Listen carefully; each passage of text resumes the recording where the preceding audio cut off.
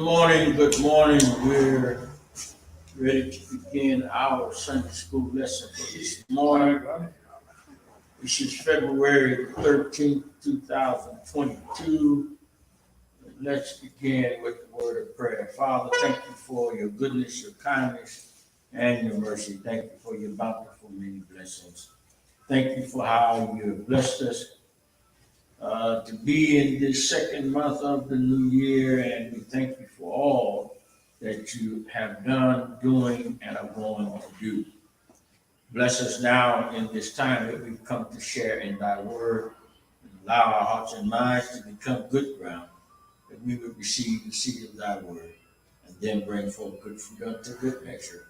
And we ask this in Jesus' name. Amen. Amen. All right.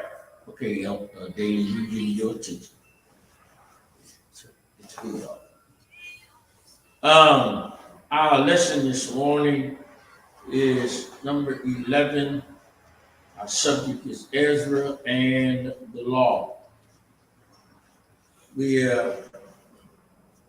Our text is coming from Ezra chapter 7, verses 1 through 10, and then verses 23 through 26.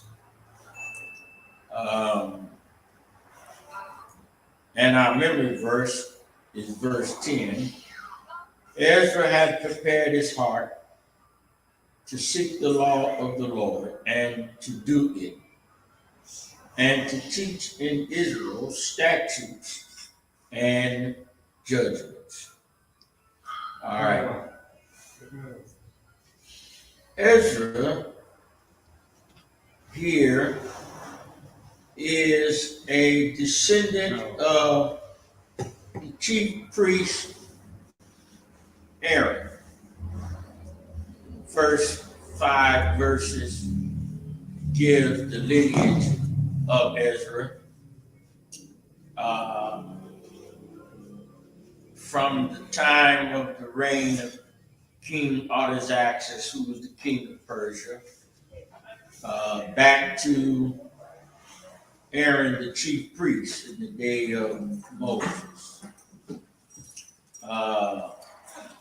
He is from the son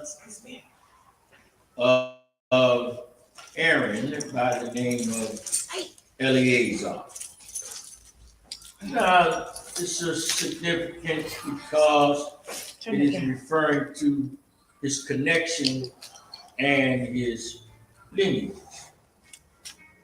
Well, how is that relevant to today? Well, we are in the month of February, which is for some years now the month of the year that they have designated as Black History Month. Yeah. I have some issue with that. And the issue I have with it is not just that they gave us the shortest month of the year. Mm-hmm. It's not just because they only focus on it or teaching Black history for the most part during this month. But my real problem with all of this is that how is it that when they teach everyone else's history, it only goes back to antiquity? But when they teach our history as Africans in America, Yeah. our history has generally been limited to slavery to now. So I've been asking the question, who were we before we were slaves? In 2016, it became quite accessible and popular through the technology called DNA that they began to extensively research and give information to individuals about their past. Yeah. Now, the good thing about that is, for a lot of us, I know personally with our family, the furthest back we can get any birth records has been 1863. The issue is that all records of births of our family from the end of slavery, and it kind of, to me, a little bit suspect because the Emancipation Proclamation was supposed to take place January 1, 1863. Some of us didn't get the news, and it wasn't broadly introduced to a lot of our folks until 1865, June 19th. Thus, they celebrate Juneteenth. Yeah. But actually, we were freed January 1, 1863, which is one of the reasons in the black church there's the custom of watch night. They were watching on that night, December 31st, for it to be midnight, because in January 1, they thought they were going to be free.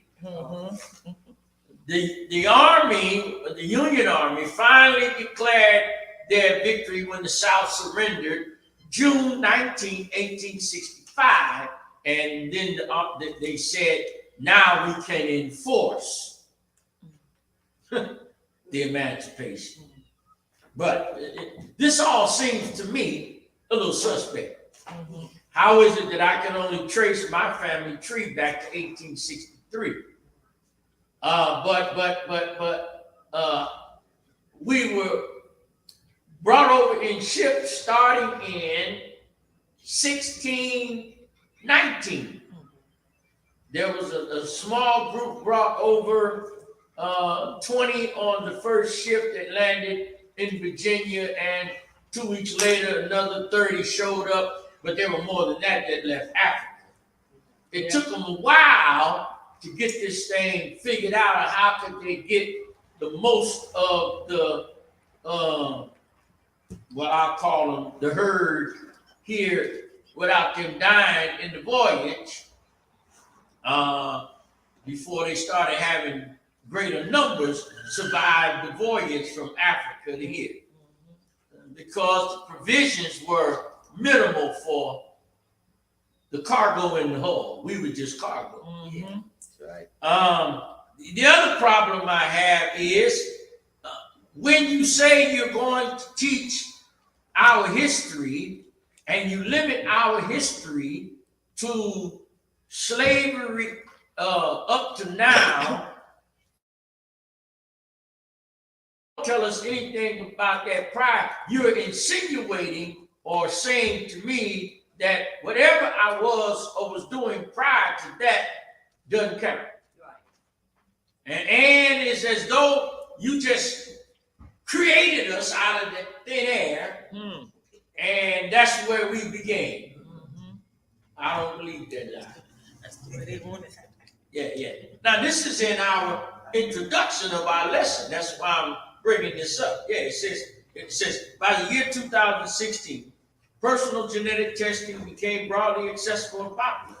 Various companies promised to provide extensive insight into a person's health and ancestry, all based on a person's genetic profile. Now, since that happened, now you've got companies like Ancestry.com, you got 21, you got another one, Family something, and then there's one that has sprouted up that was started by 2 black physicians called African Ancestry. Now, I suggest if you're going to get your DNA test done, that you go through African Ancestry, and I'm going to tell you why. The others will give you the percentage of your African connection, but that's the end of their research. Uh-oh. Let's pay some more money. African ancestry will trace you all the way to Africa, and then they will give you your designation as to whether or not you have a Semitic or a Hamitic connection. Shem, Ham, sons of Noah. The Hamitic connection, according to Zondervan Dictionary.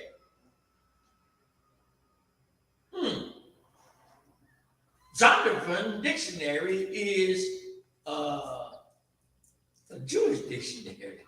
It's a what? Jewish scholars produced that dictionary. I'm saying this for a reason. I'm making a point. They say that Ham is not the father of the Negro. Shem is. No, because the Negro is Semitic. Last year in our history, Black History Month lesson, we spent a whole month on that on our 5 o'clock live at 5. And we explored all of this and showed the Semitic connection from Abraham to Jesus with a little bit of connection to Japheth and Ham added in. The reason the 4 women are listed in the first chapter of Matthew, I'm not going into a whole lot of detail, but we covered this last year to show that now, to have that Semitic connection coming from Abraham to Jesus, and here is the fact. White folks cannot produce black babies, but black parents can produce many colored babies. We can be lighter, darker, medium. They can only produce after they can. Yes. They told me took for the father's teacher and the mom's. Okay, he could be light, and I could be sitting dark at midnight. But when the baby comes, he can tell a little picture of me, but mostly with the father. Exactly. Well, and most times the DNA, and in the Bible, the begots are always mentioned through the father's line. Okay. You know, it's always the father's line. For instance, if you see in the beginning, it says that Ezra was the son of Sariah. That's his father.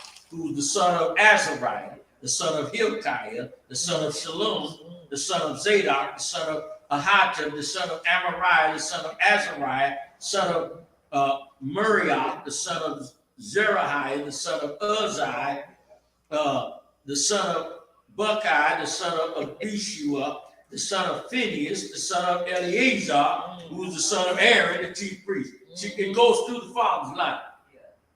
Now, the ancestry companies will trace you through both the patriarch and matriarchal line. Your main connection through the patriarchal line will generally lead you all the way back to Africa. For 96% of those slaves who were brought here, we're connected to 2 tribes that were part of the original Israelites. And there was a separation of the kingdom of Israel where 10 tribes stayed as Israel and 2 became Judah. And the 2 that became Judah, I think next Sunday I'm gonna see if I can't bring that map so I can show it to y'all. There's a map of Africa prior to 1647, and prior to 1647, the German explorers that were doing the mapography during that time, in other words, they would travel and they would draw the maps. The region where all the slaves were taken from, which is the Gold Coast, the Sand Coast, and the other part? The Slave Coast.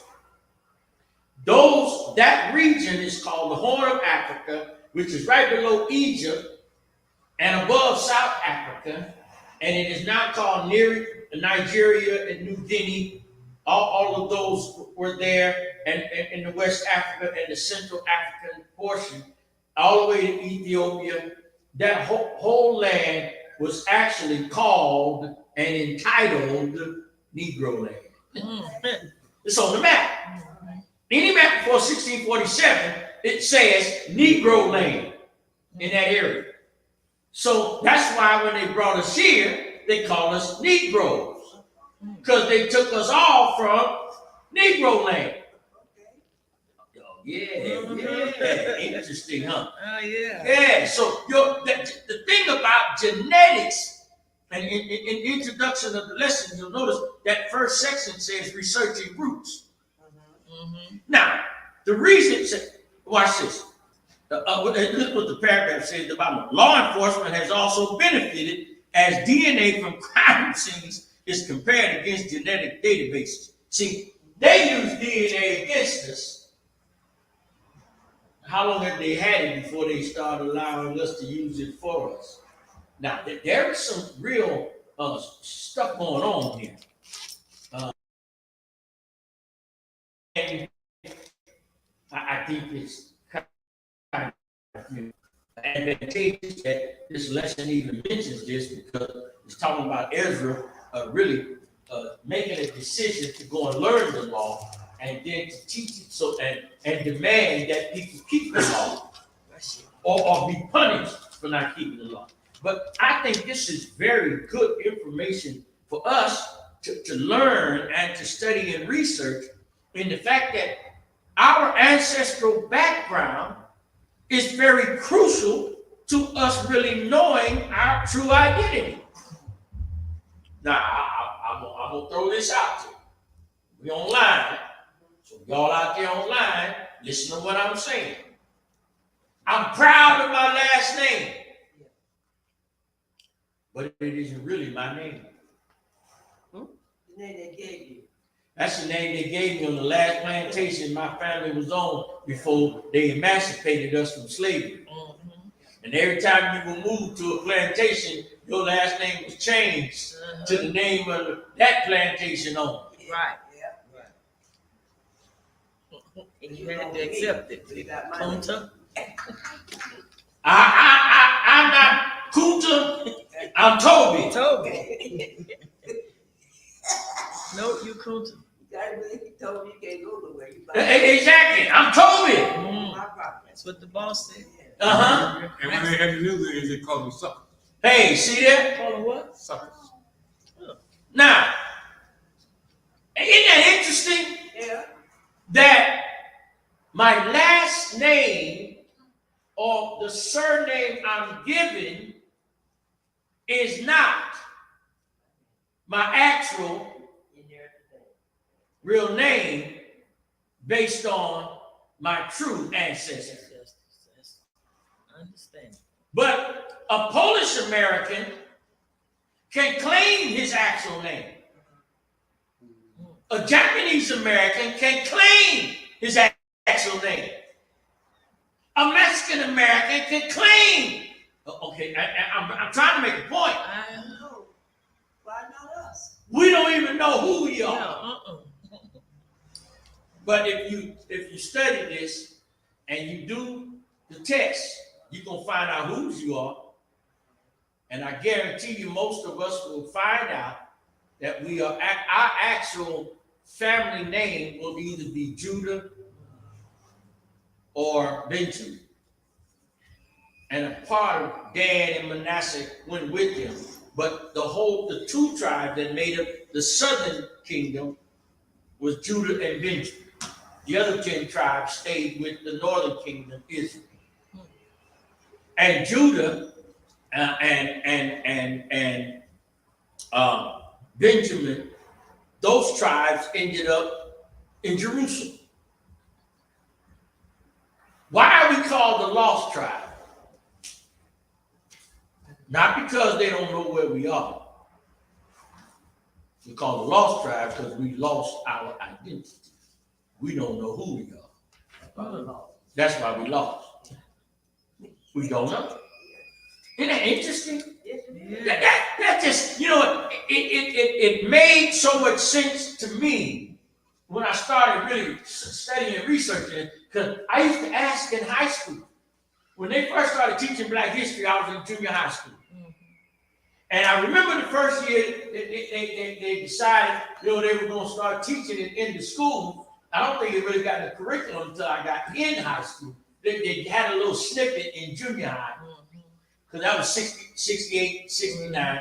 Then I go to high school, and I asked the Black history teacher, I said, you telling us about Christmas addicts and Martin Luther King, and we studied George Washington Carver, and Frederick Douglass, all these Nat Turner, and and then they would bring up stuff about Nat Turner being a bad man, but Nat Turner was a bad man. Nat Turner was a man who had to be bad so that folk could quit, and I don't mean bad in the sense of bad, evil. No, he had to be bad to stand up for the rights of Black folks, and fight for our rights and freedom. But I asked, well, what will be before that? Right. And no teacher could tell me. Because their limitation was slavery forward. Because why?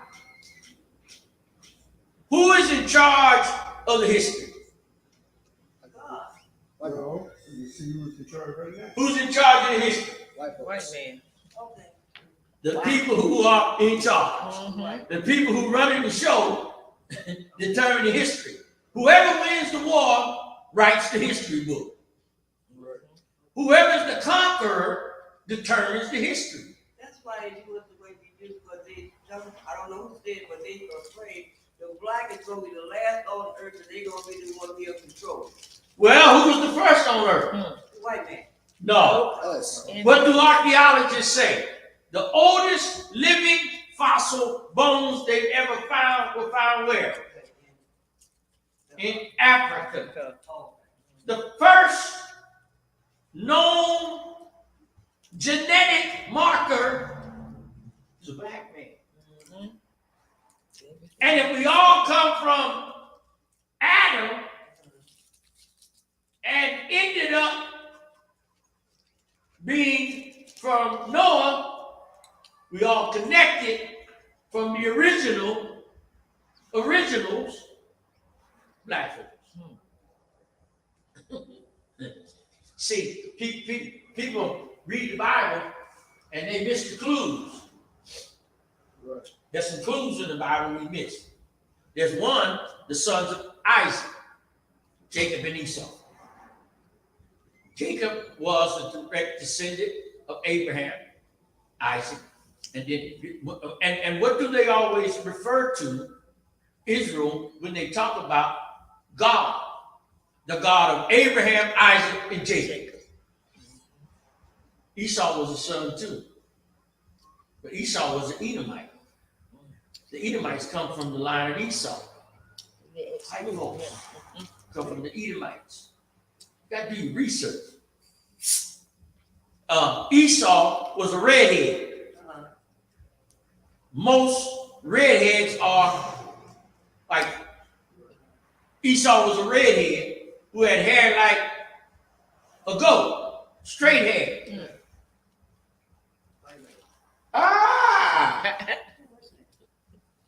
Jesus had hair like lamb's wool. Oh.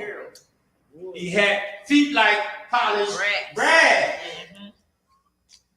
I ain't never seen no pink brass.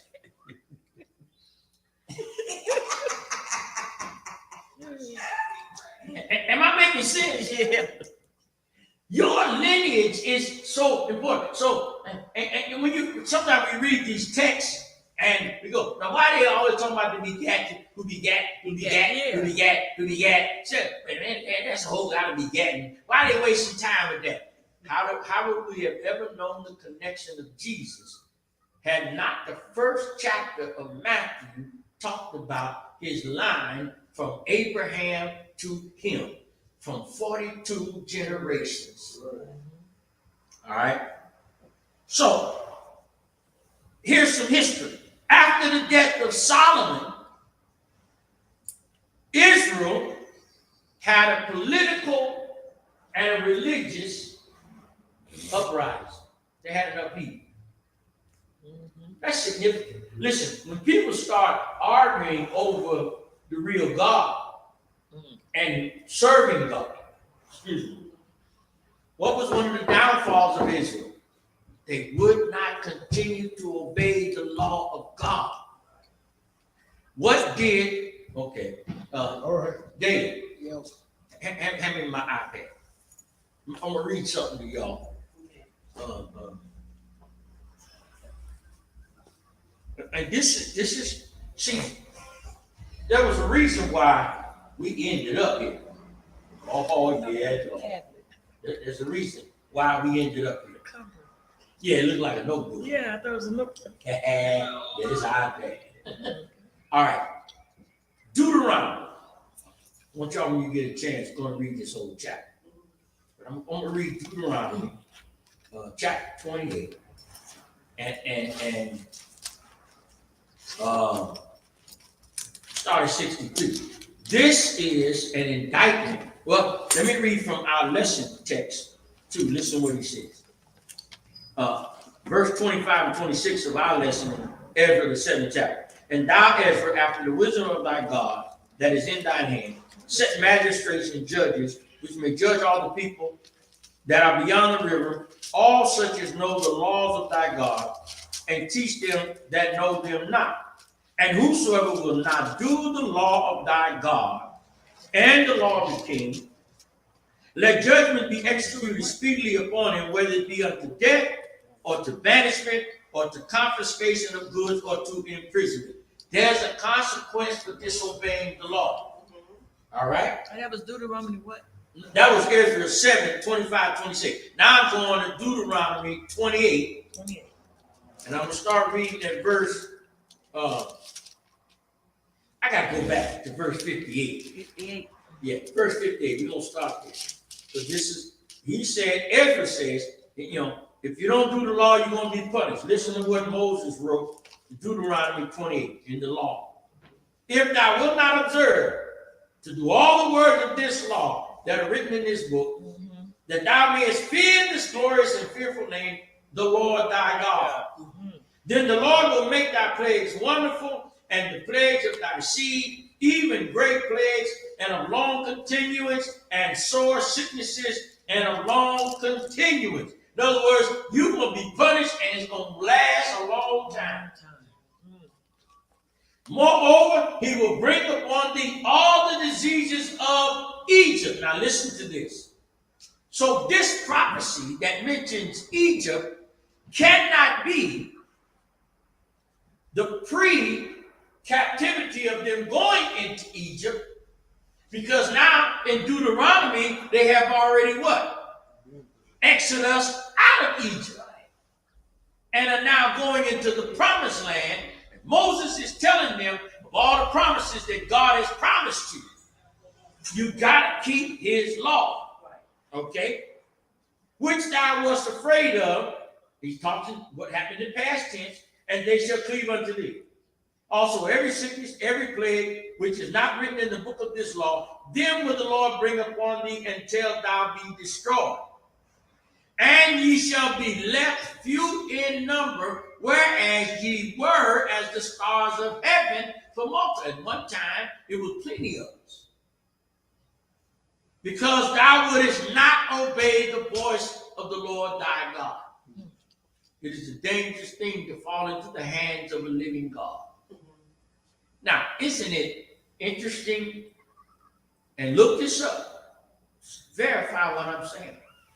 Isn't it interesting that the storms, the hurricanes, and the tornadoes all follow the path from West Africa across the same path? The slave ships hit the U.S. in the same place where they first landed and follows up the coast all the way up the eastern coast, and then goes back out to sea when it gets around New York, Cape Cod. Why isn't that interesting? It follows the same path of the slave ship. Wow. Souls of the children of God are still crying out. Uh-oh. Okay. Now, let me keep reading.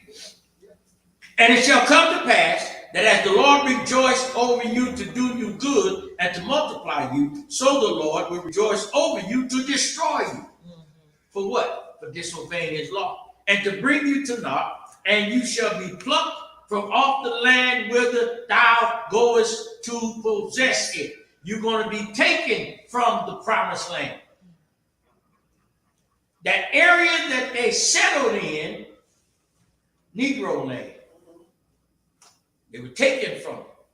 Listen to what the prophecy said. This is in Deuteronomy.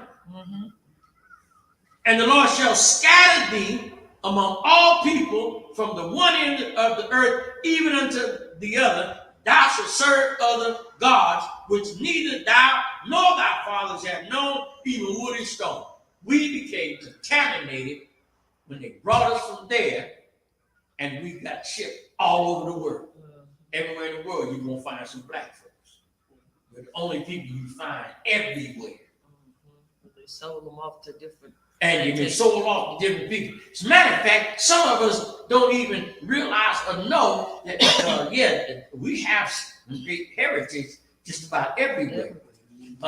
President Clinton signed a bill acknowledging but not returning to the original people of Hawaii,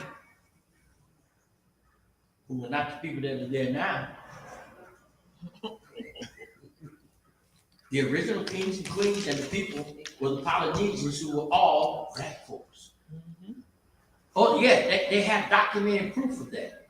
And they stole it from them and annexed it and made it a territory of the United States. And it was a woman, a black woman at the time, who was the queen, who fought. And she fought to keep it for about 29 years. And finally, as Cleopatra had to do, the woman finally gave up and said, I do it under protest. I don't do this willingly. But she had fought to the end. And she was praying that one day they would right the wrong and give it back to the people it belonged to. Well, Clinton made the acknowledgement, but they didn't give it back. All right. So, and the Lord shall scatter thee among all people from the one end of the earth, even unto the other. And there thou shalt serve other gods, neither thou nor thy fathers, which neither thou nor thy fathers have known, even wood and stone. Now, right now, there's a surge in America of black women who are turning to witchcraft and using wood, stone, the amethyst and all the stones and crystals and witchcraft. Yeah, this is the big thing. And there are some who, I listened to one lady's statement. I ain't gonna call it testimony because it was just her statement of why she used to be Pentecostal, Holy Ghost filled, baptized, and now she's doing witchcraft. And she says now she realizes that she was in a toxic relationship with Jesus. Now see, this is kind of foolishness. He said, what did he say? If you don't do right, he's going to turn you over to strong delusion. And you'll believe the lie rather than the truth. That's the Bible, y'all.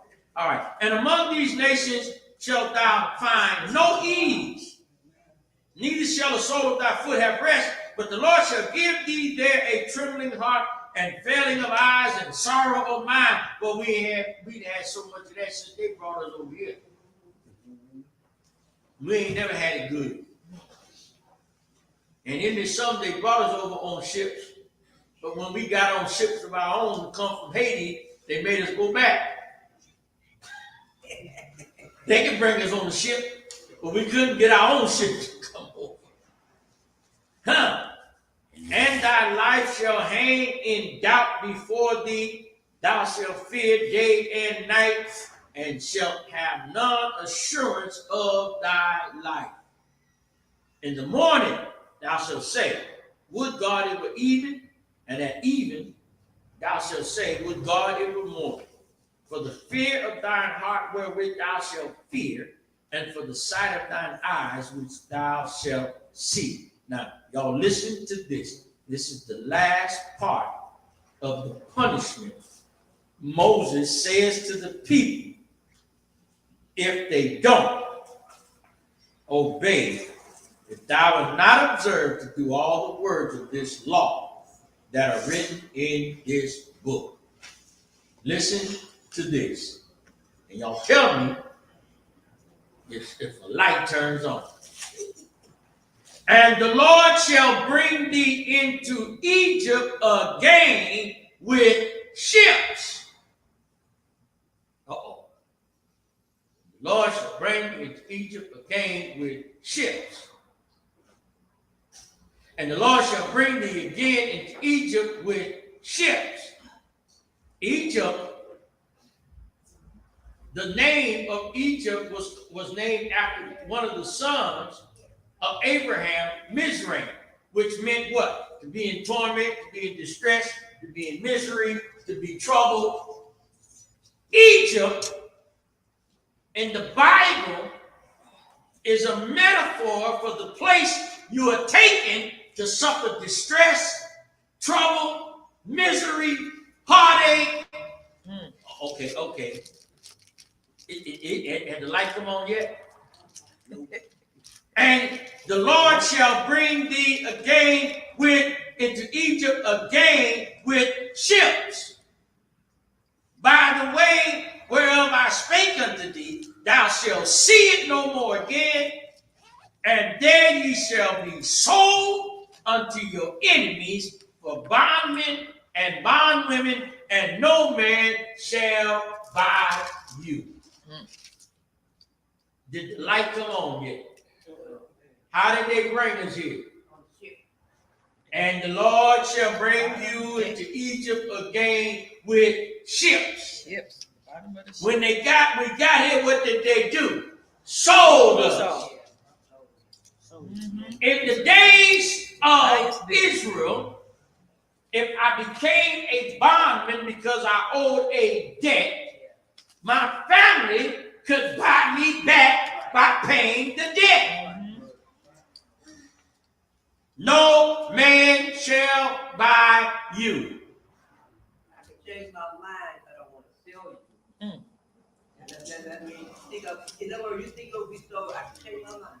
But also coming here, once they stole us, nobody can buy us back to buy our freedom. They can buy us for their plantation. Yeah.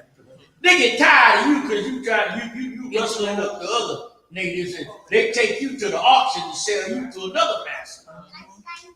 And they tell him, you're gonna have to beat that boy. He's a troublemaker.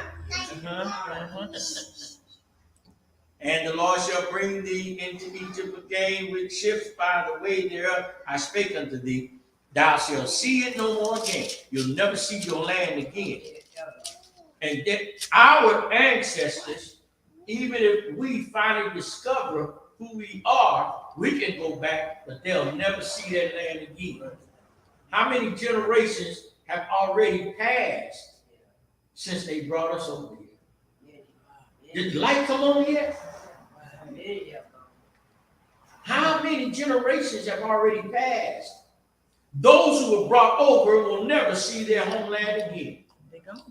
The Bible says they won't see it again. They're going to be sold, and no man shall buy them. Now, that was the proclamation made to them. And listen now, in Ezra, listen what's happening. Moses had died off. We down now. Let's see. We went from 1, 2, 3, 4, 5, 6, 7, 8, 9, 10, 11, 12, 13, 14, 15, 16, 17 generations from Aaron to Ezra. Moses told them this years ago. Now Ezra's back saying, y'all better learn this law and keep it, or you're gonna be punished. And then what eventually happens? Because of the fact that we would not obey the voice of God, and because of the fact we would not keep the law of God, God punished us, and that's how we ended up here. See, I already gave you the clue before you even get your DNA who you are. Just get your DNA to prove it. Okay. Okay, in Revelations, they who say they are Jews are not.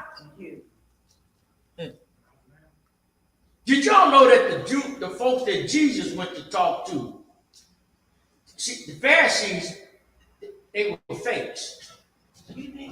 Oh yeah, wait, yeah, I'm They were fakes. Let me look. Let me give y'all some information real quick before I'm done. Tell y'all. See, I believe in looking up stuff so that I can see what it means. Okay. The Pharisees were. Now listen to this. The member of the ancient Jewish sect, distinguished by strict observance of the traditional and written law, and commonly held to have pretensions to superior sanctity, but they were self-righteous and hypocrites. They were hypocrites. They were also impostors. Y'all catch that? Yeah. They were pharisaical, which means they insisted on the validity of their own oral tradition. You was just supposed to accept that they were authentic.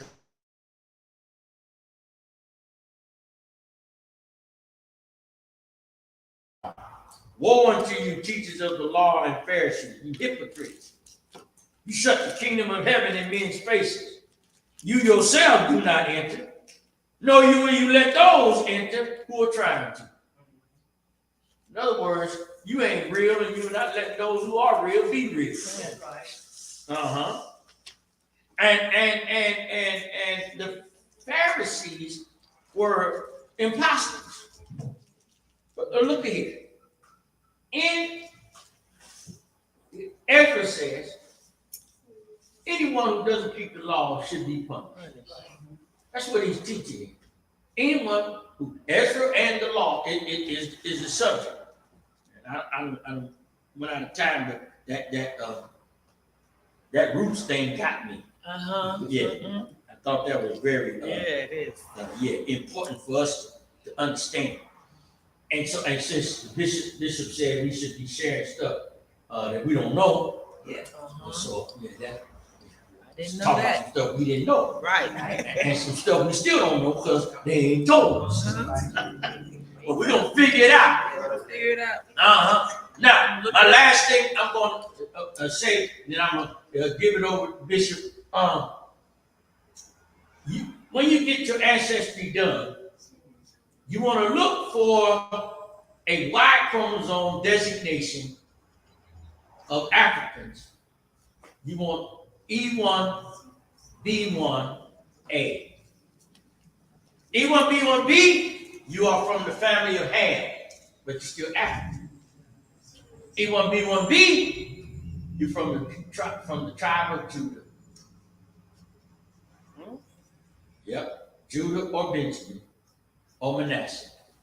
And I'm gonna do my best to bring it. There was a manifest of some slaves brought over on the ship in the 1600s to the Americas, and y'all will be shocked when you see this list. They have the last names of those Africans that were brought over, and on the whole list, I think it was about, I want to say it was 300 and something that left there, 100 and something that survived the trip, but the last names were all Judah and Manasseh. If you have a E1B1 Y chromosome designation, that's your hydrotype. If you E1B1B, you're African.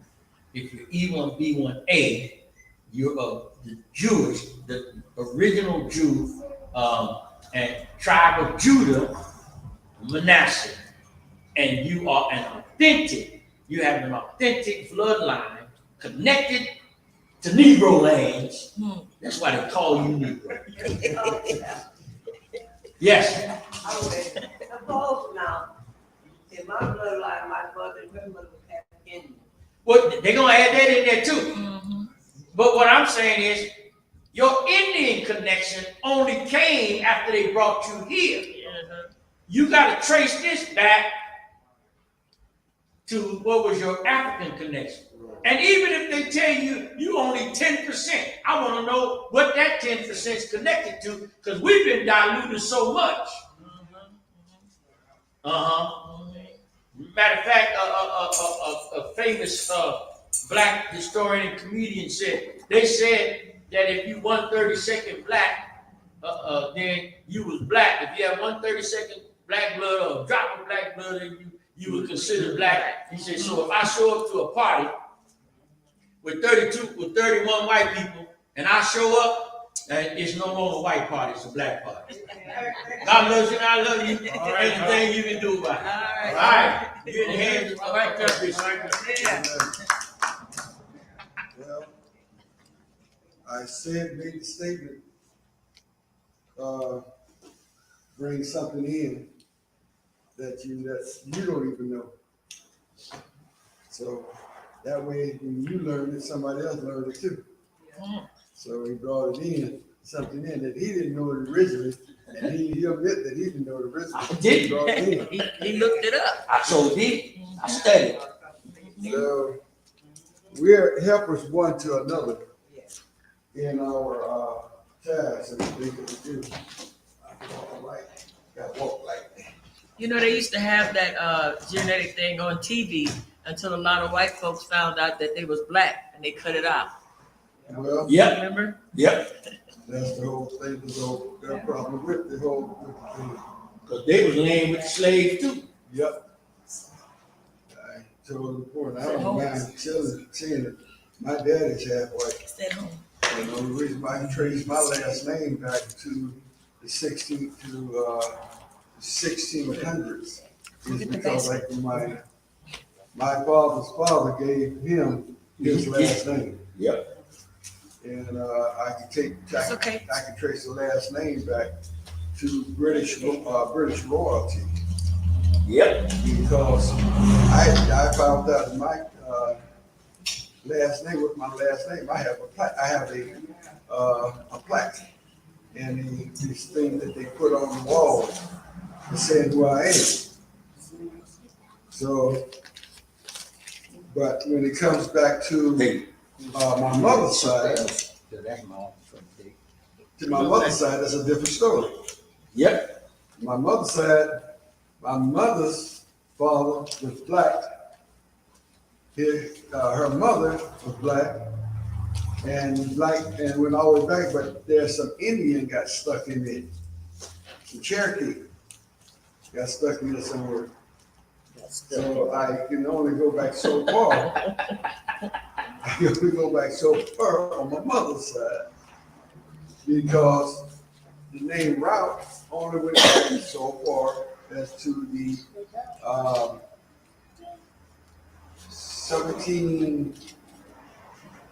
18 something. No, 1790s. When they first came over and was entered into the plantation. So we have a lot to learn because we have a long way to go. You can go ahead and say something. Oh, you waiting on me? Yes, sir. Yeah, that's me. Okay. Blessed Father, in Jesus' name, we thank you, Lord, for the offering of the gift today. Father, bless us, our sanctify this good news for your gratification. Father, we thank you for each and every giver. Bless and give back 100,000 fold. In Jesus' name we pray. Amen. Man.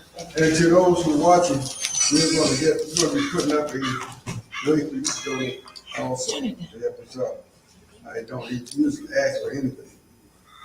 And I'm still not gonna ask anything, it's gonna make it a way for you to donate and to help out, to keep us, going and to help us on in our ministry. We are going to just, I have online the Sunday school, we'll get some keep this thing going for time purposes. We're gonna just keep going. And we're gonna just going into our morning service. So we're directly into our morning service. One of the things on the Sunday school, we're gonna be, try to get a little bit more, they started earlier on Sunday school since the other church is coming in. We're gonna work hard to try to get started earlier, so that we go on.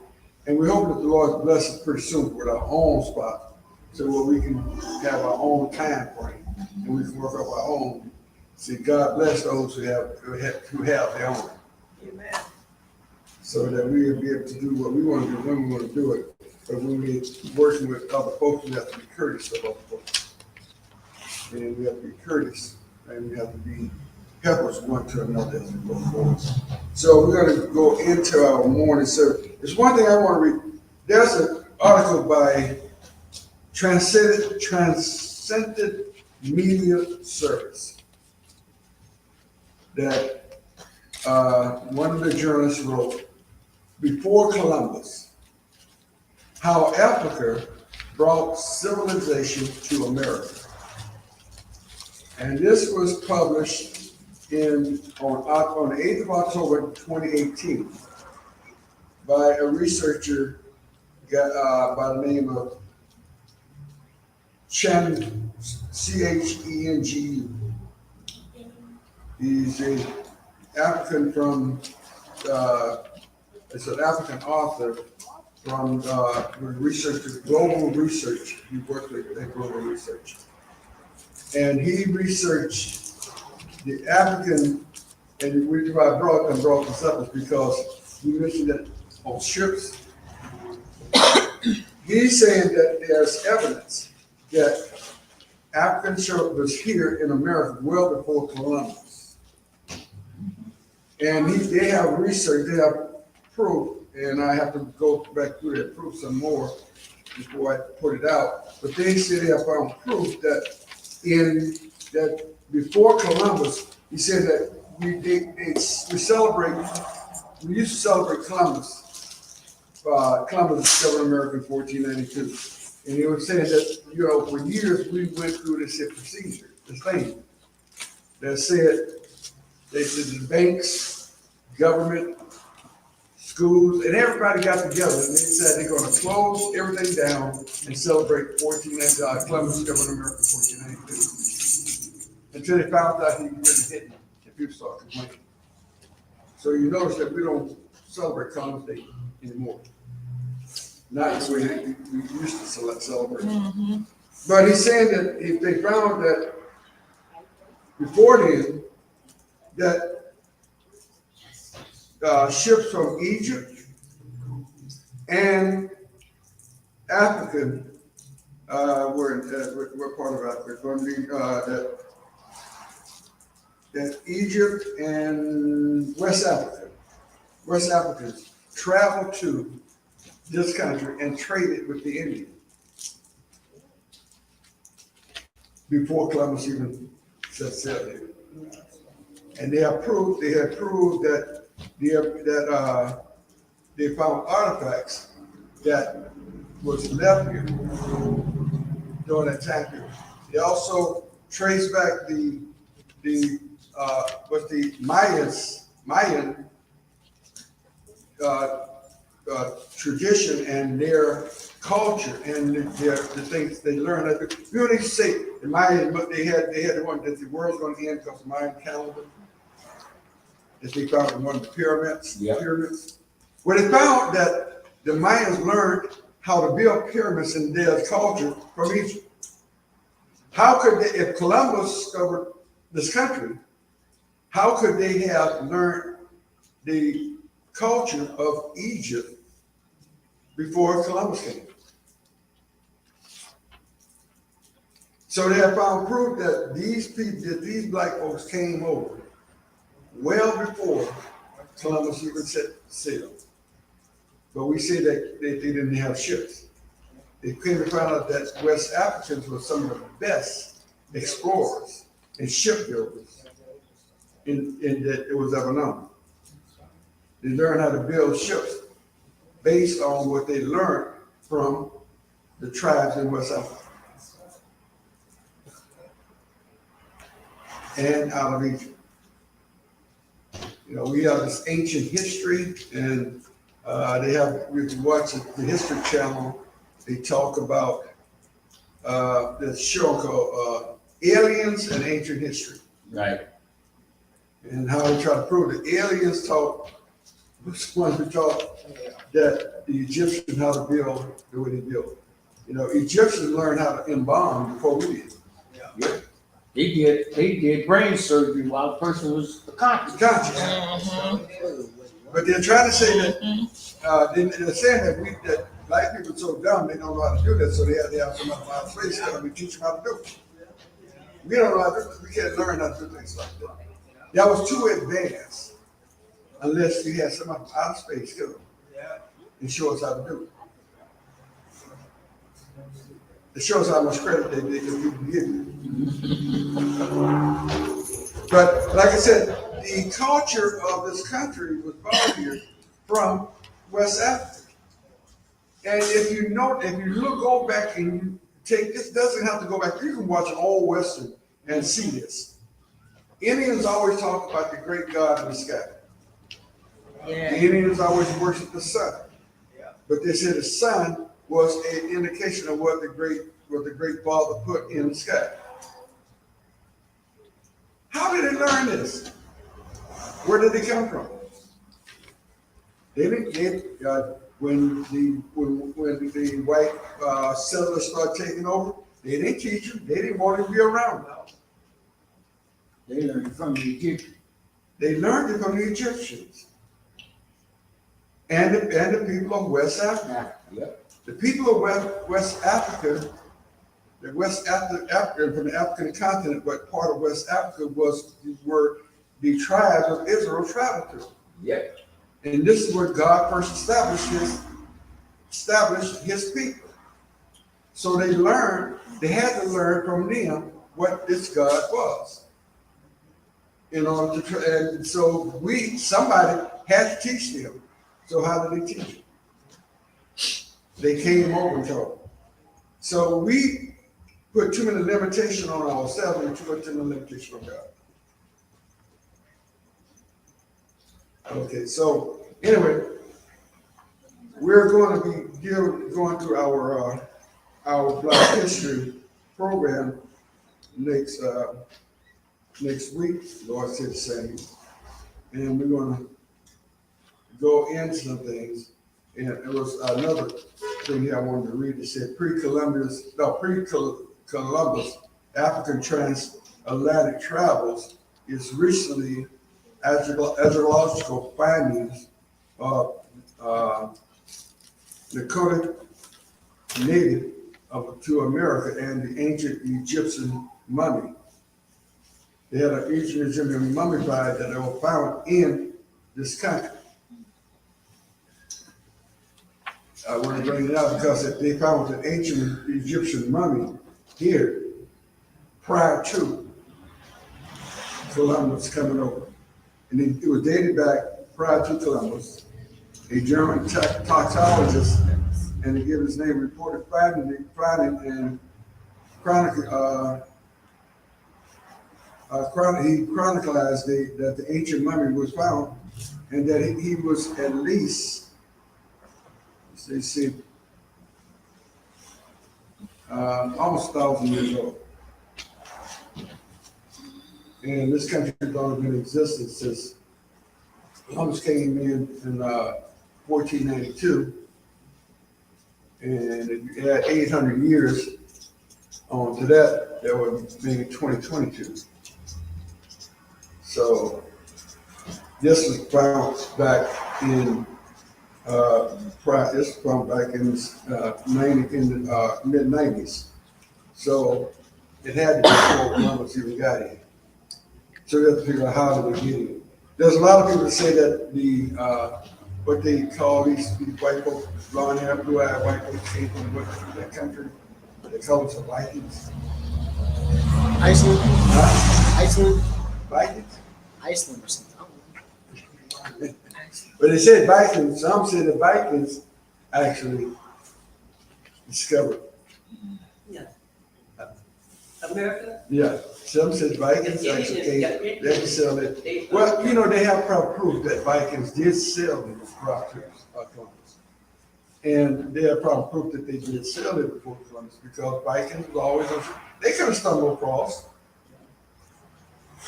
They could have stumbled across this country, picked up a few things and went home. But for the culture, how can you discover something when you got people standing on the shore waving at you? Come on! If you already got people. But do you know I saw this on TV and I was really amazed by this. There's an island in the South Pacific or the Atlantic, I think something in the Atlantic, that no white person has ever visited. There's a black tribe that habits this particular island that people could only fly over. They don't know how many is there. They don't know what they're in there. They don't know anything about it because they won't allow anyone outside of their culture to come onto that island. And I saw this on TV and I meaning to look it up. But I thought it was very amazing that we have an island, black folks have an island, and they say you can't come. If you do, they gonna eat you, the cannibals. You know, white folks say there's certain places they don't want us to go. But here's an island you cannot find no other, and you probably take the DNA of these people, you won't find no other DNA other than theirs. That's interesting. Because they refuse to let anyone else come onto the island. And I thought that was very amazing. I have to look that up and hopefully next time I come through, I can give you more information about it. I just saw this on the news, actually, a couple of days ago. Well, white folks gonna try to get in there. If But it's it's on the amazing. news, they're gonna try to go. Huh? If it's on the news, the white folks gonna try to go. They know it, but they can't. They don't close. The reason why they know it is because somebody was helped in a plane. A plane flew over, and saw the people up there with. They're gonna try to find a way to get in there. Shake them. Don't you dare come. Don't you dare come over here. They don't need. We don't need your help. We don't want your help. We don't want you. So we have to understand that that they are. So there's a lot from our past and there's a lot from our present that we don't. There's a lot of stuff about. So we need to stay on top of it. Okay, so what we're gonna do is let's receive our offering for morning service, and then we'll get ready to go into our message for today. And it's going to be short because I'm going to be ready to start our. Well, we're going to go into. I'll do this at the end of the for the story for the service this afternoon.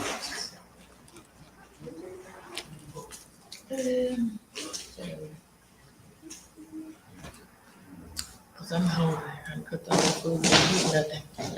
So I think I'm going to do instead of doing the message, and I'll do this message another time. The good works that God prepared for us. We'll do this message out because I have something different I want to do this afternoon. I'm going to ask Pastor Dacus to come back and give us some more on our Black history. I want to read this. This goes along with the Sunday school, the night watch service. We never did read what night watch service was about. Okay, let's go ahead. Go ahead, finish. I don't want to be on camera.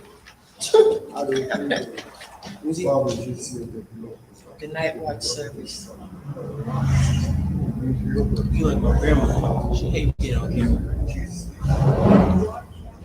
want to see me, let them come out. And go ahead and read it, and I'm gonna have, ask Pastor Davis to give us Okay. some more, because I think it's very interesting. And things that we need to know. Okay, this is about the night watch service, something that I didn't know about because I always thought that the night watch service was a service that you pray over into the next year, thanking God for blessing you to see another year. That's all I ever knew until I found this. It says the night watch service. Many of you who live and grew up in the Black community in the United States have probably heard of night watch service. The gathering of the faithful in the church on New Year's Eve. The service usually began anywhere from 7 p.m. to 10 p.m. and end up midnight with the entry of the new year. Some folks come to church first before they go out to celebrate. For others, church is only the New Year's service, New Year's Eve event. Like many others, I always assumed that watch service was a fairly standard Christian religious service.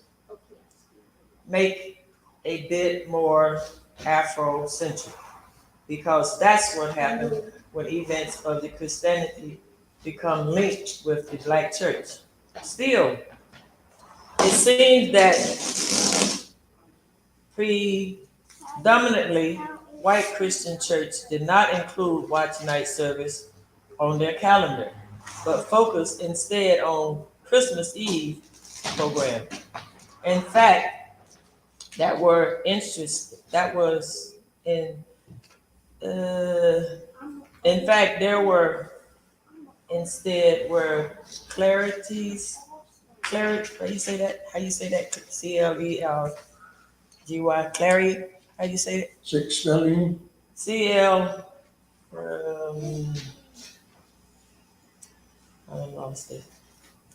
In fact, okay, like many others, I always assumed that the watch night was very instead Christian religious service, made a bit more Afrocentric because that's what happens when elements of Christianity become linked to the Black church. Still, it seems their predestinately white Christian church do not include watch service on their calendar, but focus instead on Christmas event. In fact, they were in, interested. Their interests were CLERGY, Oh, clergy. clergy. Okay, and mainline the nominations. Wonders allowed about the propriety of linked religious service with a holiday like New Year's Eve. However, there is a reason for the importance of New Year's Eve service in African Americans congregation. The watch night service in Black communities that we celebrate today can be traced back to the gathering on December 31st, 1862, also as Freedom Eve. On the night, on that night, the Black came together in church and provide homes all across the nation, awakened news that the Emancipation Proclamation actually has become law. Then, at the stroke of midnight, it was January 1st, 1863, and all slaves in the Confederate state were declared legally free. So that's what the watch night was really about. I didn't know that. When the news was received, they were praying, shouting, and singing of joy as people fell to their knees and thank God. Black folk have gathered in church annually in New Year's Eve since in New Year's Eve ever since, praising God for bringing us safely through another year. That's what I thought it was just all about. I didn't know it was freedom. It's been 145 years since that Freedom Eve, and many, okay, it's cutting me off here, of us were never taught in African American history of watch night, but tradition still brings us together as this time, even years of celebration, we got over. That's it. We're just, you see, I was sort of amazed with that black churches celebrated that on New Year's Eve, and it said it's a black tradition. But I went to a Mexican church on watch, and they were celebrating watch service. Pastor invited us to come to celebrate watch service with him. But That's that's the one we Mexican went to church. on East On 14 East 14. with Lindsay. We went to a Mexican church to celebrate watch service, to participate in the watch service. So it's not a black thing. It's just a thing that people do. But we have to say that it's only in black churches, but Spanish churches do the same thing. I was trying to plan what I was talking before I bring up those things back up. They didn't mention Spanish. They only mentioned white people didn't have it on their calendars. Right, So but it's Spanish people do the same thing. I guess Spanish and They have the same. We went to Spanish church and they celebrated it. they colored people too. Yeah. White people, they just excluded. But it's just amazing how they put these traditions on black folks. And say that black folks don't want to have these traditions. And we accepted these traditions as though that's part of our culture and our DNA, when it's actually not. I had found an article on the 10 queens, 10 greatest African queens.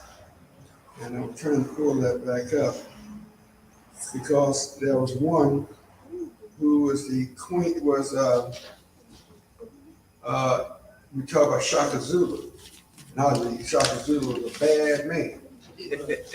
But his mama was worse than he was. And I was trying to pull that back up so I can go over a couple things on the internet. So I can't seem to find it in here right now. But Shaka Zulu was a warrior that defeated one of the most powerful countries of that time. And he did it with a strategy that he had learned how to impart to do, and he learned it from his mother. She taught him how, and she told him how to fight. She made him fight. He wasn't really a fighter, but his mother taught him how to fight. I started wondering what would Daddy do. But if Mama was bad as she is, Daddy was saying, okay, honey. Like we do today. He said, okay, honey, whatever you say. So if she's as bad as he said, it's Shaka.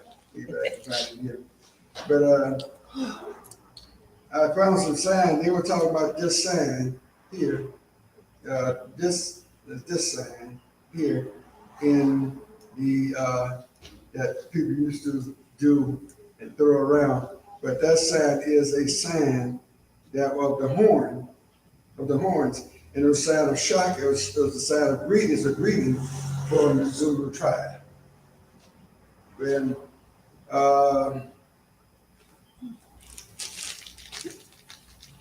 the sign is unmistakable what that sign was, but what does Shaka mean? Let me see what it says Shaka mean.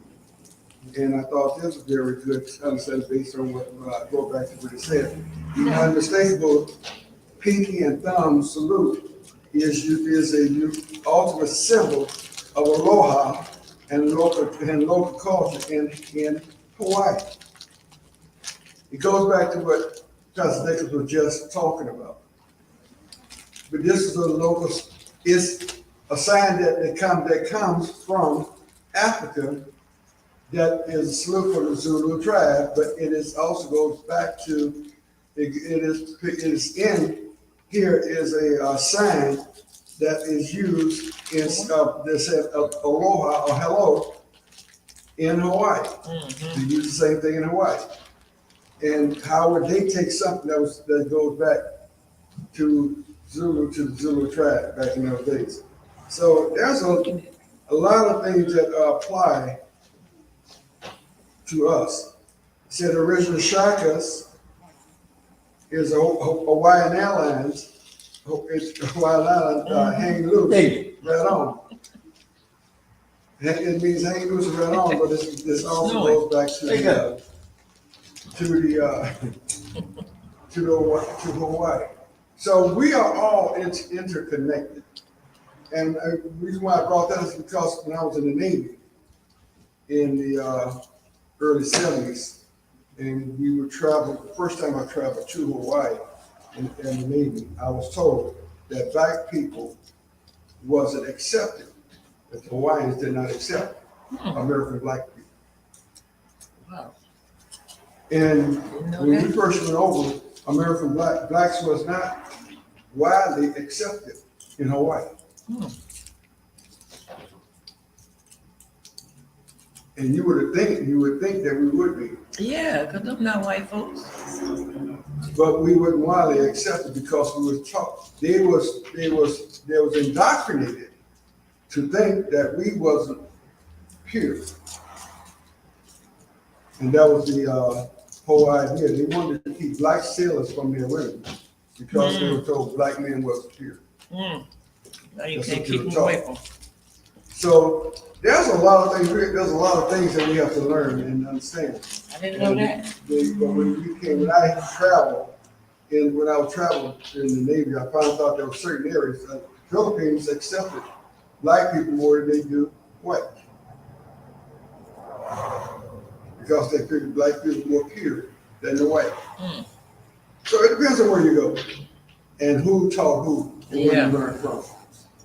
So we have to start learning. I heard You that. got something else you want to add? Sure. All right. You always do. Come on with it. No, she said he always do. All right. Well, I did. I pulled up the map, and it's actually now. This is the map of the whole of Africa. I'll come so y'all can see. This is prior to 1747, and this you see all of Africa here on this, and this area right here is the Negro land area. Yeah, and now I'll give you the close-up of the Negro land area, because that's what, yeah, here it is, right here. And it's below the Sahara Desert, but that whole green area is all Negro land. Now, today, if you look at a modern map, that's this area right here. That is now what is called Mauritania, Senegal, Mali, Niger, Chad, Sudan, and then Ethiopia was to the right. This was all Negro land. And if you go back to the other map, you have the Gold Coast, the Sand Coast, the Ivory Coast, and the Slave Coast. They captured them here and shipped them out of there in ships all over the world. So the thing is that at one time, this was designated Negro land. This is why when they brought us here, we were called Negroes. So everybody want to know, well, how did we get the name Negro? Well, it's Spanish for black. Well, it is, but who did the maps? The Spaniards and the Germans. So when the Spaniards came down, the explorers from Spain, which is not Mexico, not South America, from Europe, they came out of Spain, which was actually at one time a northern part of Africa. They come down to explore, and they found these dark-skinned people and called them black folks, Negro, black land, it was called Negro land because the Spaniards called them Negro land. Then when the Germans did the maps, they wrote there, that's Negro land. So that's how we got that name originally. Now, you'll notice that now it's New Guinea, that's the area, Ghana, all of that now is the part of, and those areas now of modern African map. You got Nigeria, Niger, Mali, Mauritania, Chad, Sudan. You got Gambia, Guinea, Sierra Leone, Liberia, the Ivory Coast. All of that stuff is where we're from. Now, here's the funny thing. I said the other day, I was sharing this with somebody. I said, now, we always talking about the Nigerian scams. I said, now, y'all know the Nigerians come, they now wear the Negro name. So they'll come down and start scamming the world out, trying to pay them back, I guess. But here's what really interested me. Because of the fact the teachers would never have an answer for me as to who were we before we became slaves. There is absolute archaeological proof, in fact, and historical records that they kept hidden that didn't tell, the black kings from Hawaii, the blacks who went over and occupied the Caribbean. How did we get there? From Africa, we predated Columbus going, and here was the strangest thing of all. How does Columbus discover something where people already are? Now, if you go someplace nobody's there, I can say you discovered it. Right.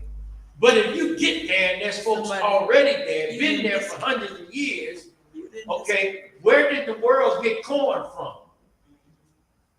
Now they'll tell you, well, they got it from America. No, you got it from the Indians. Mm-hmm. And it was already India, because it was Indian land then, before they got here.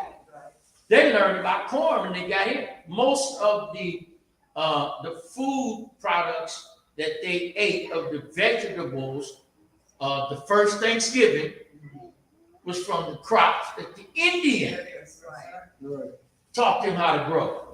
They were starving.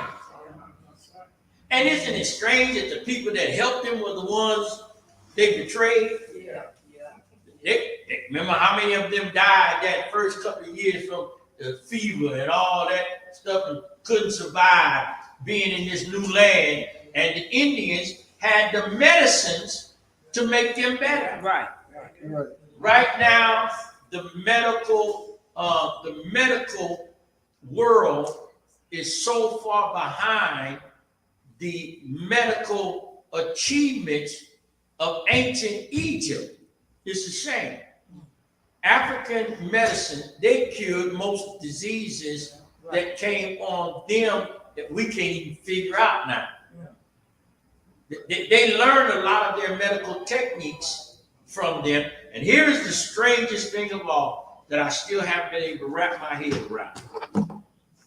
Why are all the historical artifacts of ancient Egypt and Africa in European museums? Think about that. The largest collection of writings of the scholars of Egypt are in a European museum in England. How is that? And how are all of these museums, what was it? The obelisk of Cleopatra is in England. They come and got all that stuff and shipped it there. They can tell you more about Egyptian history than the Egyptians now, because all of the stuff they had was pilfered by the archaeologists and explorers. And if you're going to find my stuff, why couldn't you erect a museum where you found my stuff in my my country. You got to take it somewhere. So all of the stuff that is would consider valuable and essential for us, they've taken it out and moved it, and because why? They control the narrative. And they do all of the, okay, how many ever heard of the language program called Rosetta Stone? I heard that name. Yeah. You can buy a program now.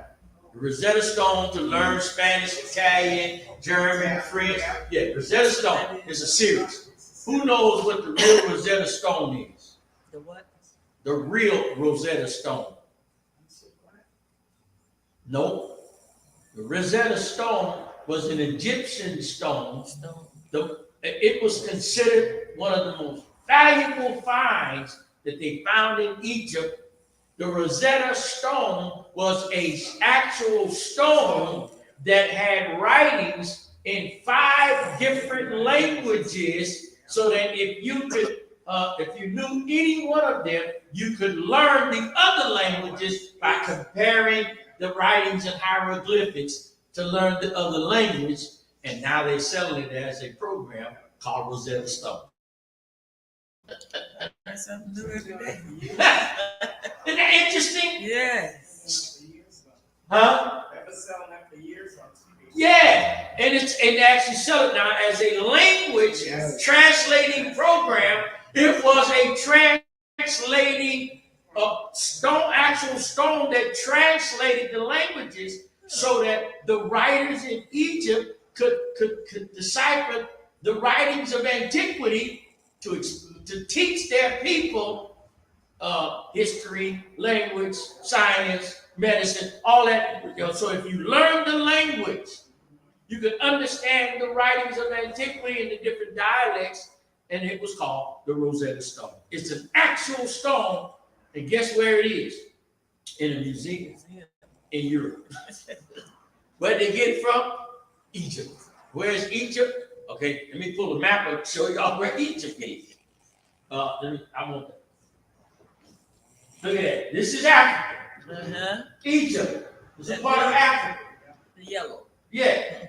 Libya, Africa. Algeria, Africa. Morocco, Africa. Now, look at the names on the Negro map. The Sahara Desert.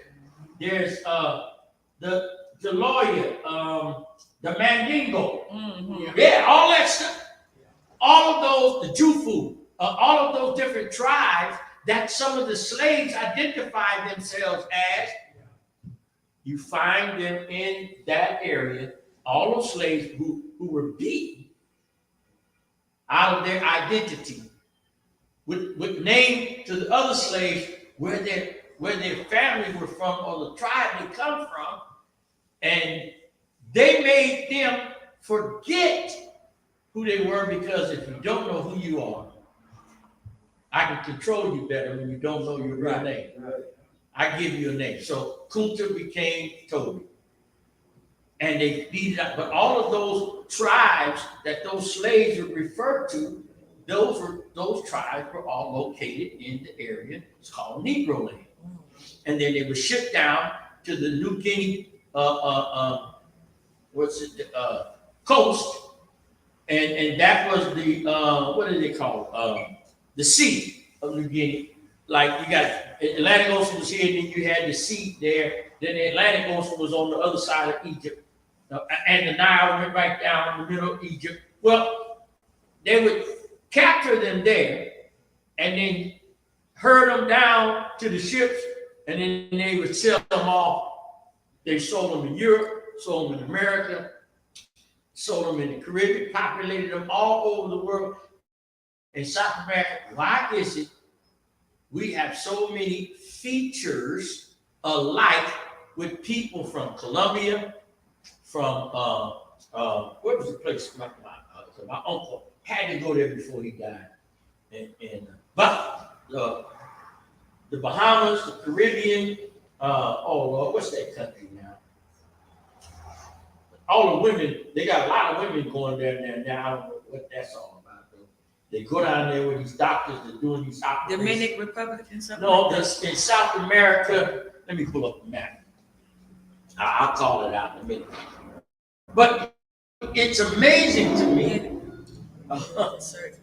Map of South America. Well, this technology sure helps us out now. Yeah. Yeah, once you learn how to South do it. America. Here we go. It almost looks like the opposite of Africa. South America. Now, Africa has the horn over here. South America has it over there. But Brazil, that's it. We look like people in Brazil, Peru, Colombia. Yeah. We got family in look like us in what, Rio de Janeiro. You just go just about anywhere in the world, you find black folks. Eritrea, Ethiopia, Egypt, Nigeria. I mean, one guy said he went traveling and he was traveling in Africa and he was trying to find people that look like his family. He said he got to Nigeria. He said they scared him to death. Everybody there looked like his kinfolk.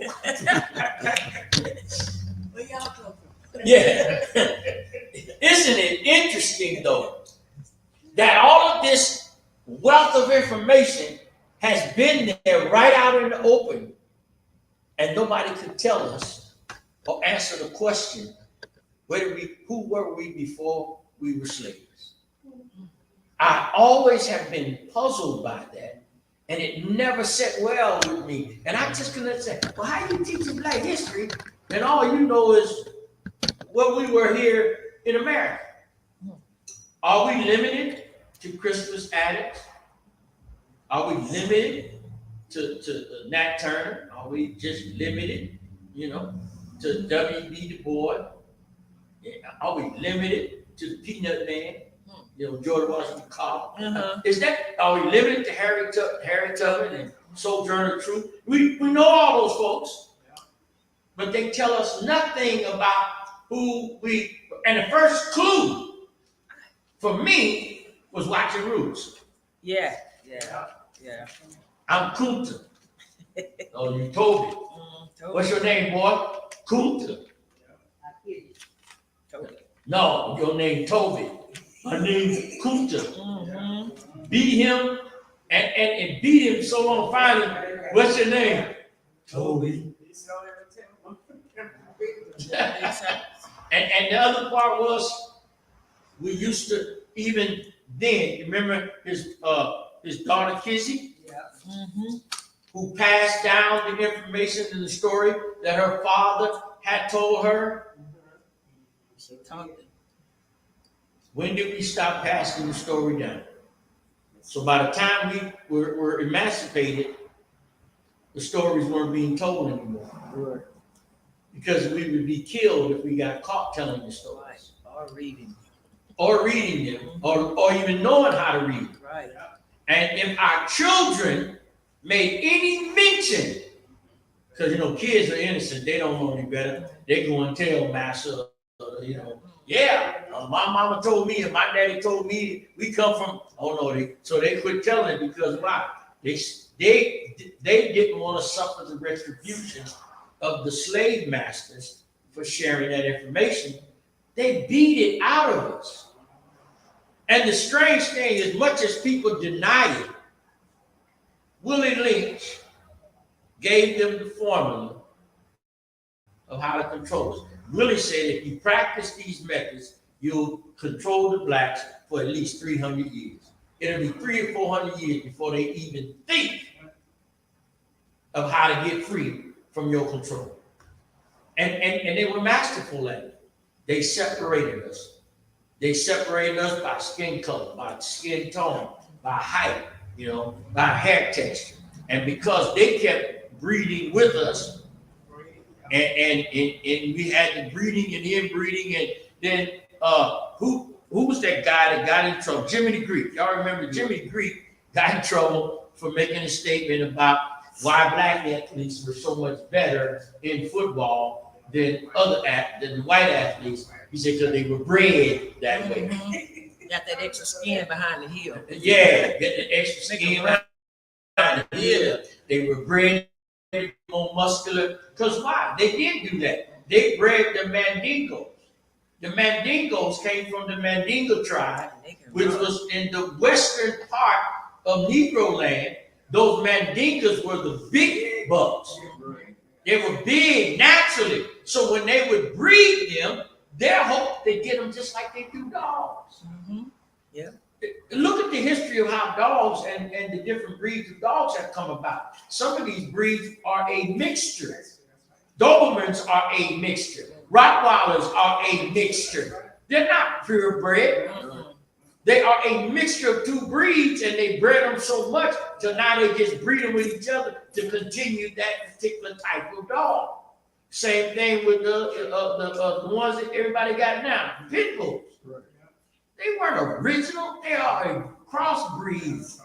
You know, the original ones that was purebred, they cost more. Yeah, it costs. cost Yeah. much more. Yeah, very expensive. You start mixing you, anybody can get you. Yep. So they'll mix a bull mastiff with another dog, and then start another breed line. And here's the thing: we've been so mixed up. We still confused. You know that they breed a lion and a leopard together to get a lean or something. I forgot to call it. They breed them together to see what kind of strength, because of the lion is so big and so strong. They would breed it with something else that was smaller to see what they would get. But they get. And what they got was a huge leopard. See? and all of this continued, and they did it so much with the slaves, you know. And how about this? If a Mandingo was used to breed, he would not know the names of his children, because when they would breed them, they would sell them. And even if you had a family, if you got sold, your family wasn't necessarily sold with you. No. They created a process that's still in effect in the black community. It's wide, it's inbred, and men, listen, black men are everywhere. Mm-hmm. The Mandingos had babies by anyone they would send in the room with him that night. And then once he got them pregnant, they sent another one in to get pregnant. And they had them babies and they grow them up and go sell them. They make money. And so a lot of times when slavery ended, there were instances where families may have left, but that was not the original father. Mama had all the kids, and and I used to laugh when they used to make that statement, mama's baby, daddy's maybe. That was because when we left off the plantation, they didn't know that daddy wasn't sure, but because of the fact they were all there in misery, they stayed together and they developed simply because they were trying to preserve their self-respect and trying to discover an identity.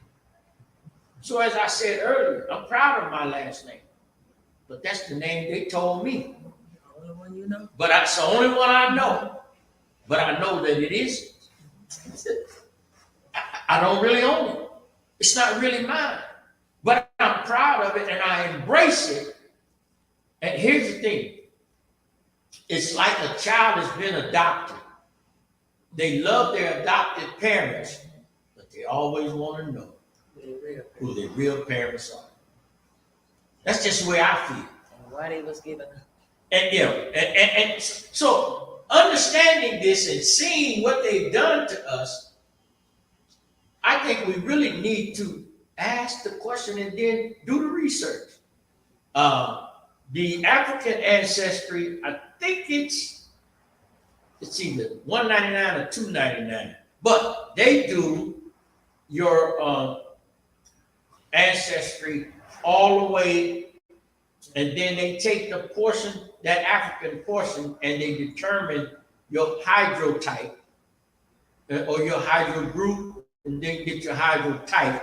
And what you're looking for is that E1B1A. Because E1B1A come from Negro land. E1B1B are those who come from the Hamitic line, which means you trace back to Egypt, somewhere in the Sahara, Ethiopia, all of the Eritrea, and they divided us, who should have been family. They divided us and pitted us against each other. Remember, another thing in slavery they used to do was they used to use us like cockfights. They also bred the Mandingos to be fighters, and they fight their Mandingos against each other. That Jingle, what was that? Oh, that movie Django. Django. Yeah, it was about that. Yeah, movie about The that. Django, yeah. And they actually did that. Yeah. Ken Norton. Right. Yeah, Mandingo. Well, in the roots, yeah, Ken Norton was one of the Mandingo. Mandingos that they used like that. And remember, they threw him in that hot water Hot and water, boiled him? Mm. Yeah. Oh, they did some cruel stuff to us. And so I say this. I'm learning because I want to teach my grandson. I say I had determined last year, I got to find this stuff out. Because, I don't want to leave here without knowing at least where I come from, where my people come from. And then I want to share it with my family, my children, my nephews, my grandson. I think we need to get back to passing it down. Because if we don't pass it down, are they ever going to find out? And there are also some things that I've been finding in the Bible in relation to Jesus coming back. And here's something. Those that he scattered, he's coming back to gather them. And he says he's going to even come back in the book of Joel. He's coming back and he's going to go to the captors and tell them they owe him a recompense. He wants them to pay him back for what they've done to us, his children. Wake up. You've been sleeping too long. Yes. Didn't know all that. Okay, now I found You found it? what I was looking for. All right. And one of the things, I was talking about the Zulu tribe, but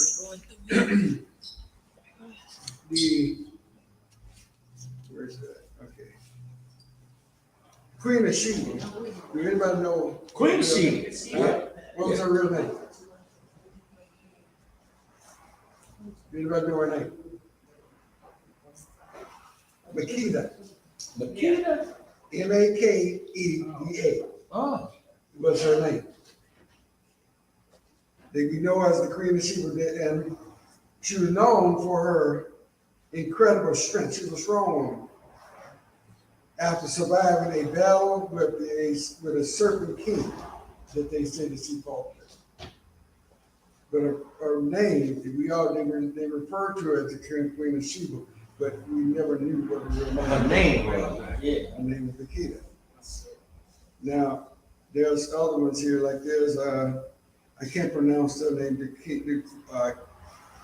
she was a queen of the kingdom of Ghana.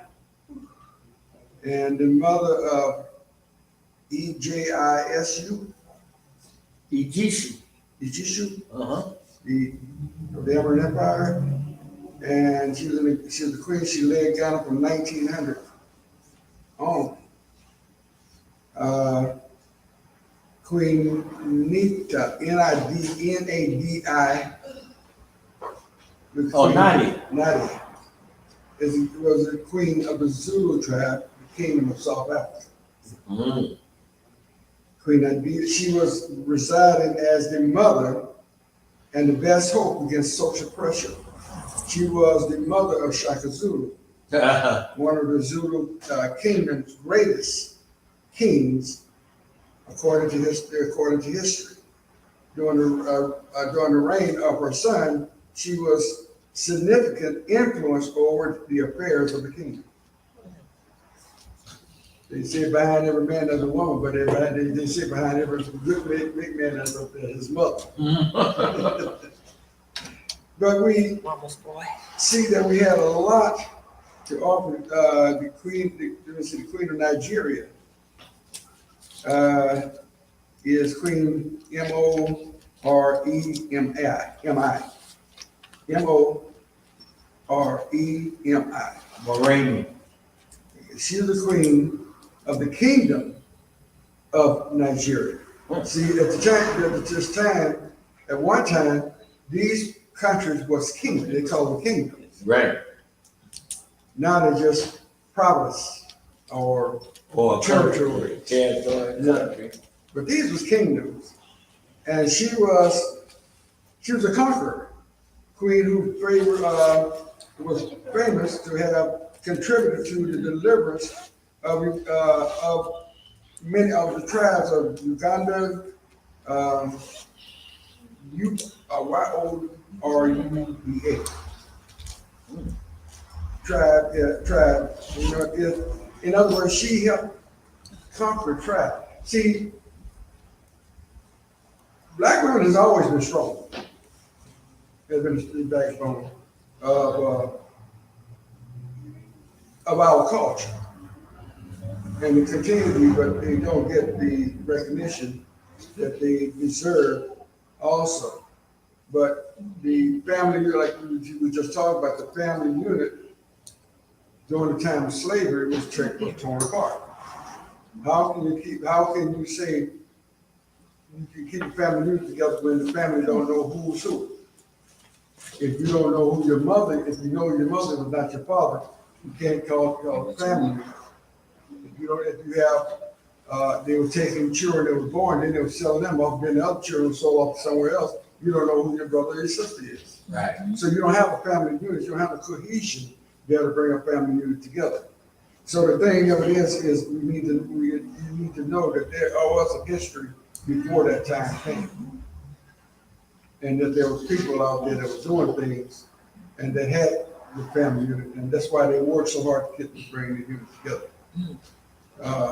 We have things now that, you know, one thing that really upset me, and I still talk about that, you know, still upset me, is that in this state, even the state of California, broke up black families. How they break them up, they kept them poor. Then they told black women, you have kids, and then the kids, you have to take care of, you have to keep the father out. Yeah. The father couldn't stay with the family if the family was to survive. So a lot of fathers sacrificed the family in order for the family to survive.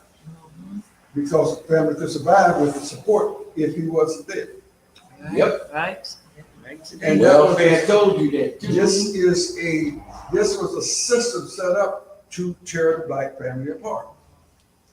And how do you keep us separated? Is you separate us. So that happened during, it is something, this is the state of California. I love the state. I compare this state to some other states, what's going on. This state is the best place to live, regardless of how much it costs to live here. We're down in Louisiana. The things the support I get here in California, I can't get down there. Because they won't give to. I get things that I was telling my brother about certain benefits I have. And he said, how do you get that? What state about it? They don't do it there. I tell them that's the difference between the red state and blue state.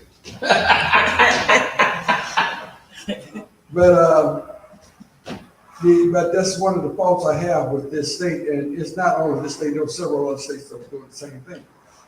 And the whole concept was to keep the black family apart. How do you keep them apart? You create a need, and you create a solution to the need, but the solution involves certain things happening. Now, one certain thing to happen is to make sure the father didn't stay back. And they always talk about black men leaving the family, but a lot of them because they have no choice. Can I say something on that? Now, one thing to me, I like this. Now, down south, they don't give single men's GA. Those single men's down there, they work hard. Out here, they give men's GA, and they don't want to work because they're getting that food stamps and money. I don't think they should get it. They should Well, make them. probably not. Is it- Probably not. You know, it's the idea that you have to, but you have to have we have read it out when people come out here, out of black men They to come for the money. Ain't it? look for a handout Right, instead of a hand up. right, Down south, we didn't look for a hand up because we got to pull ourselves up. right. They work. So we didn't, it was more prevalent down there. You got to, we was taught, you better you earn your way. Mhm. And the more you earn your way, the more help you got. Right. Here you get help without even trying. Right, that's what I'm talking about. So it's like I said, it's bred into you. Down south, bred into me. When I got up to a certain age, my daddy tell me, I tell me something I want. We talk about allowance. He's always saying, I allow you to stay in my house. That's it. My dad, I allow you to stay here. Mhm. Tell Feed him, you. I asked my daddy for allowance. He said, I allow you to stay here, don't I? I allow you to eat my food, don't I? Right. He said, I allow you to use my little gas and electric, don't I? So, on allowance, he said, you want, I said, money. He said, you want money, get out there. There you Yeah, go. get a job. And that's what I did. All of my brothers did. We got out there early. We started working. I actually started paying for Social Security when I was 14 years old. I got my first Social Security card when I was 12. And I started paying Social Security when I was 14 because I was working a job that was Yep. in the day. We did summer jobs too. So we learned Yeah. how. And this, we talking about being taught our history, being taught who we are, is something that we has neglected to do. I watched an old movie on called Chivo. And it was a story of Abraham and how they traveled. And one of the things that they showed there was this member of the tribe set out with a big stick about so big around. And on that stick was the generations of the tribe. And he went down there and he told a story of the travelers and what God had done in the whole. And he told a story. And they would set down all of the youngsters around him. And they would ask questions about it. And the youngsters said, well, Grandpa, what about this? What did God say about that? How did we come through this? Or how did it come through that? And they was taught. I used to sit on my grandma's porch. Big Mama, I sat on Big Mama's front porch and talk. Her and my Aunt Callie, they were sitting in the rocking chairs. And I would sit there and ask them questions. They would talk about things that they came up and where the family came from and how they ended up where they were. And they would tell us certain things about the family that they had been taught and passed down to us. I still have things I forgot, but I still have things I remember of what she said because it was passed down. And I try to pass some of it on to my kids as I was coming along. But the traditions and the things that I've learned and how my mother and my father taught me and told me. My father only went to school to 3rd grade, but there's some things he used to tell me that I still cling to today. And some of them and he was just out of what he was told. And he worked, and he said, you gotta work hard. He said, you make them, take care of them. And whatever, and if you make them, don't leave them. Take care of them, regardless of what it takes. And he not only told us that, but he lived it. Right. He lived it. Sometimes I wouldn't see my father for 2 or 3 days, and it's because he worked on the railroad and he was out working.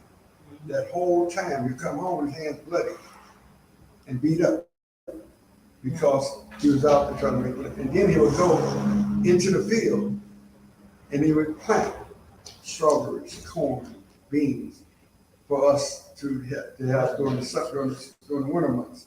Then he would share it with the people around the neighborhood. They would share what they had with us. And this was a culture that we have gotten away from as black people, that we feel that black people, we can't depend on each other. Yeah. That's bad. When all this time, what brought us to where we are is dependence on each other.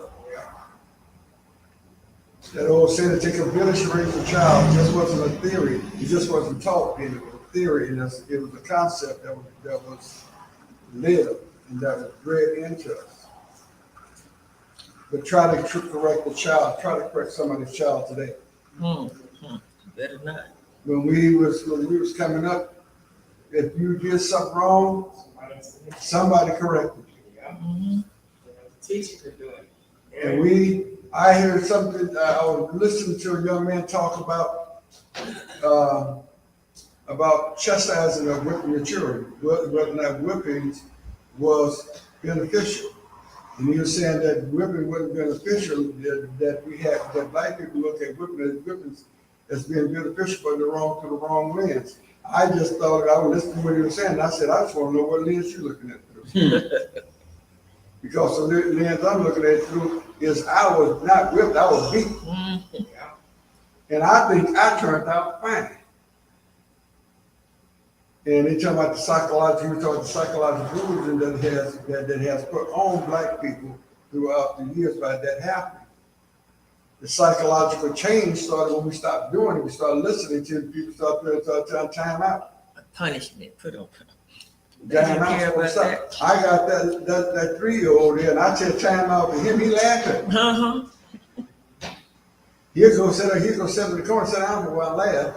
Then he'd get up and kill him, do the same thing again. But let me get my stick, my back scratcher, and I'll tell him go sit down, or else he go sit down, or else. And he know what that or else is. He'll sit there and he won't get up. And when he just do get up, he's a different person. So you tell me. So we have gotten away from the culture, and they used the idea that whippings wasn't done in Africa.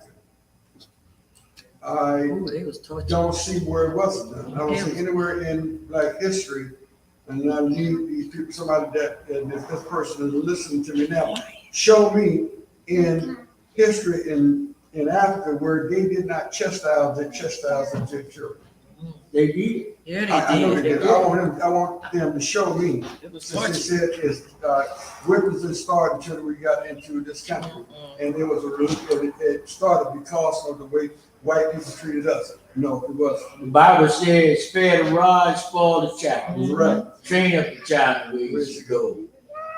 So these folks got these things, and I just want to know where they got them from. Beating with the rod of correction, you save his soul from hell. And the Bible tells us that. And this is My mama beat the hell out of me, I preached the hell out of folks. Now, when you try to chastise the child, they fight you back. Yeah. Here, Knock them that out. was some right. parents are scared of their kids. I put the fear. My mom said I put the fear of God in me. And I had to fear mama. I had the fear of God and mama too. Yeah, you're lying. Yeah, they said, "Look, see my hand." I said, "Yeah, I see it, but I don't want to see it." I don't want to feel it. Okay, well, we done ran over our time, so we're gonna move out of here so that. Yeah, I was sitting there waiting. But I thank God for the time, and hopefully what we did today does more than just bringing a message. That was a message. That, it takes, I always said in order for a church to survive, it has to have survival knowledge and understanding. And for a black church to survive, then you have to survive on the knowledge and understanding of their home, of where they came from, and on the truth. So I thank God for us coming together. Remember, we'll be back at 3 o'clock. So go grab a bite to eat. And those who are listening, we look forward to seeing you at 3 at 10810 Bank today. Thank you and have it. Come on out and get some fried chicken. We thank you for this day. We thank you for the words of the Father. We thank you for all that you have done, Father. We thank you for where you have brought us from. Lord, we thank you for walking with us and being with us through this time, through this day. Father, we thank you for your grace and love, Father. We thank you for lifting us up and holding us, Father, as we go forward. Lord, I ask you to bless everyone that's in the sound of my voice. Keep him and guide him, Father, through this time. Bring us forth, Father, as we go forth in our name. Father, we leave this place without your presence. As we sign off on our broadcast today, Father, we ask that you watch over each and every one. Guide us and keep us, Father. Let your word go forth throughout the world to all those around and about us, Father, through my mission in Kenya, Father. We ask that you touch the leadership there, touch the church and the office, Father. Bless them in their ways. Father, open up doors that are closed upon us, Father. Provide back where we can't do, you can do. Father, we ask that you bless and keep them.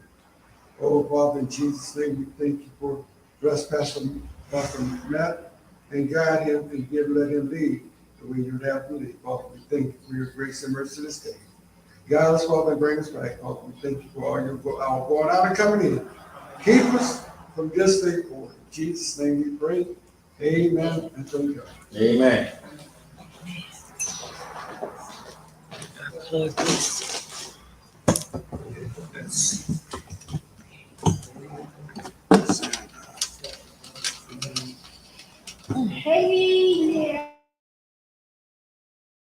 Yeah.